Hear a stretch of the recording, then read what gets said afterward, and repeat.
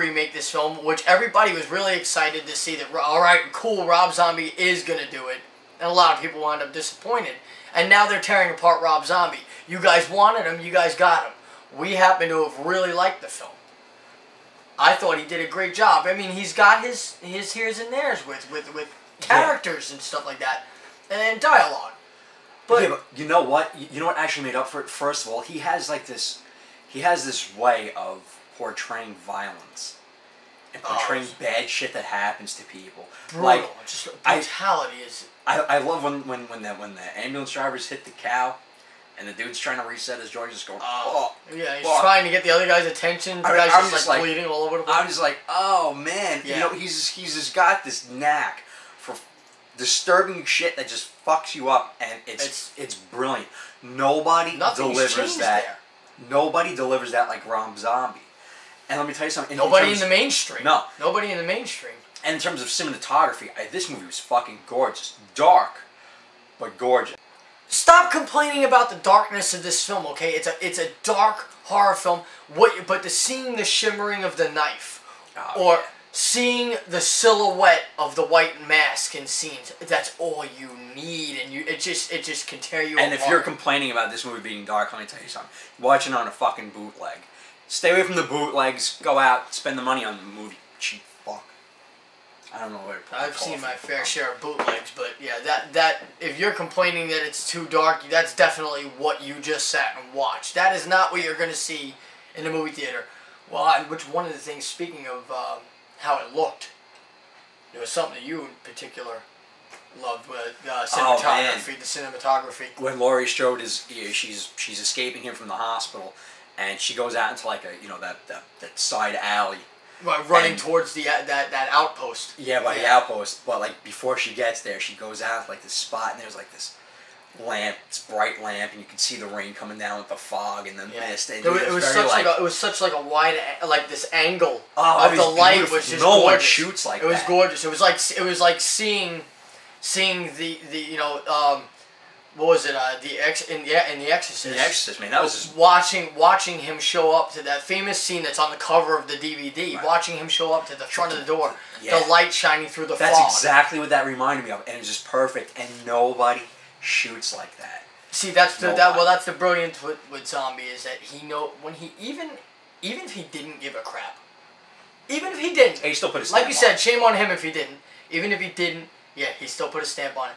The one thing about Zombies films, any one of them, even House of a Thousand Corpses, as independent as it was, and throwback to the 70s, like that pan out shot.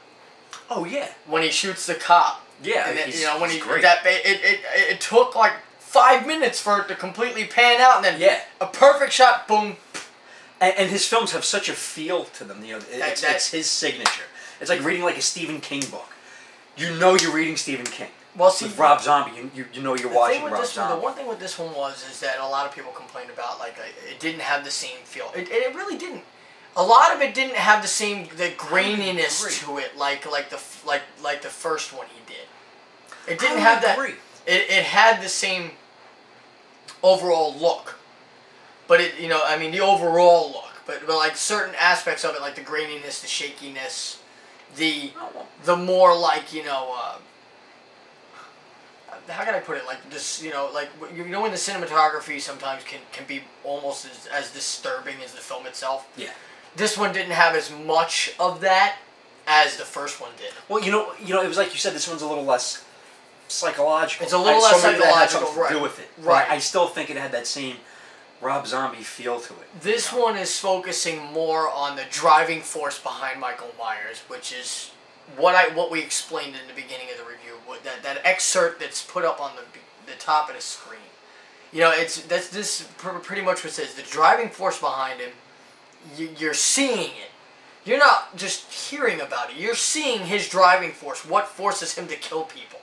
Why he's an unstoppable killing machine. Not only that, it's just how he got there. Like how he was guided to that particular point. From one point to another. Yeah, exactly. It's great.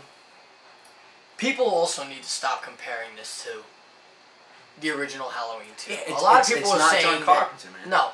They used the first 10 minutes to hospital. You know? And that's about it. And, like, did people really expect to see a remake of Part 2? Was I, like... I mean, I know you, but were we the only ones that knew that he was making an entirely different movie? You know, I think it's pot shot picky bullshit. I think he was doomed from the start. You know, people shit on this one way more than they did.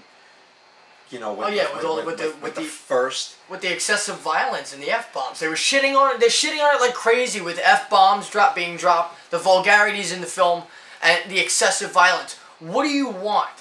And these are coming from people who are saying that, well, I'm a Rob Zombie fan. Did you see the Devil's Rejects? Did you see Halloween, his remake of Halloween? It may not have been one after the other, but they were fucking violent movies, man. And they were vulgar movies. Oh, yeah. Definitely. Devil's Rejects was especially excessive. You know, I don't understand how you're going to say you're a fan of the franchise and you're a fan of Rob Zombie, and you're going to turn around and you know, you're going to pinpoint your likes or dislikes based on, you know, the word fuck or, you know, whatever. I think it's ridiculous. I think it's picky shit, and you know, I think people need to get over it. I totally agree with you. And it's just, I really feel like, all right, if you didn't understand the film, just go back. If you walked out of there saying, I don't fucking get it, that was stupid, go back and watch it again. You know, even if you're watching that shitty dark-ass bootleg, watch it again, but read the beginning. And just think about that. And just think about, don't pay attention to Sherry Moon's shitty acting. And the kid who plays Michael as a young boy. That's hard to ignore, too. Put in mind why they're there. And, you know, keep that in your head, why they're there, and the movie will make 100% sense. And you'll see that it ties the two films together. And really, that's as much as I got to say about it. I really, really enjoyed the film. I walked out and I was can't say I was as pleased as I was with the first one, but I'll buy that triple disc special edition if it comes out. Oh no, definitely. I mean, you know, this is definitely I would see it again in the theater. It's definitely something I like to see again. It's definitely something I'm going to add to my collection. You know, I think Rob Zombie as a director, he's only getting better. Absolutely.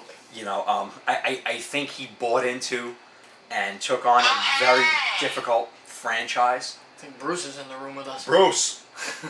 I think he took on a very difficult franchise.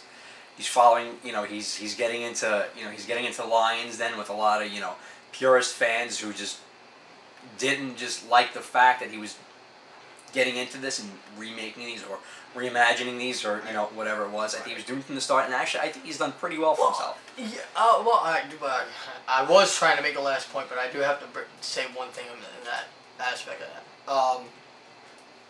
He wasn't doomed from the start because actually there were a lot of die-hard horror fans out there that said if anybody could do a remake of Halloween, it would be Rob Zombie. But I think those were because he is a fan.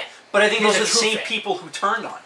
They are the same people who turned on him, but I'm just saying, you know, as a fan myself, I'm a true horror fan, as are you. Or else we wouldn't be talking about this right now. I felt the same way.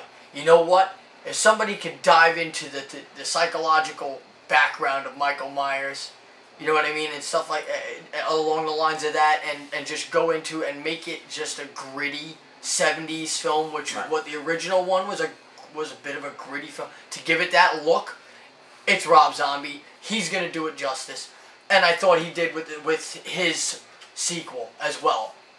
And you know, and despite the, you know, his little pitfalls, I totally agree. I definitely think it was a really good movie. It tied everything together. I don't think he left a stone unturned. No, nothing. And you know, wish him the best. It was a really good movie. I think he knocked this one out of the park. So. Well, I'm in total agreement with you. Most of you aren't. Just try and take our word for it. Like, if you've only seen it the one time, put the shitty acting aside in some of the sequences and just really, please try and keep in mind what we've been saying this whole time.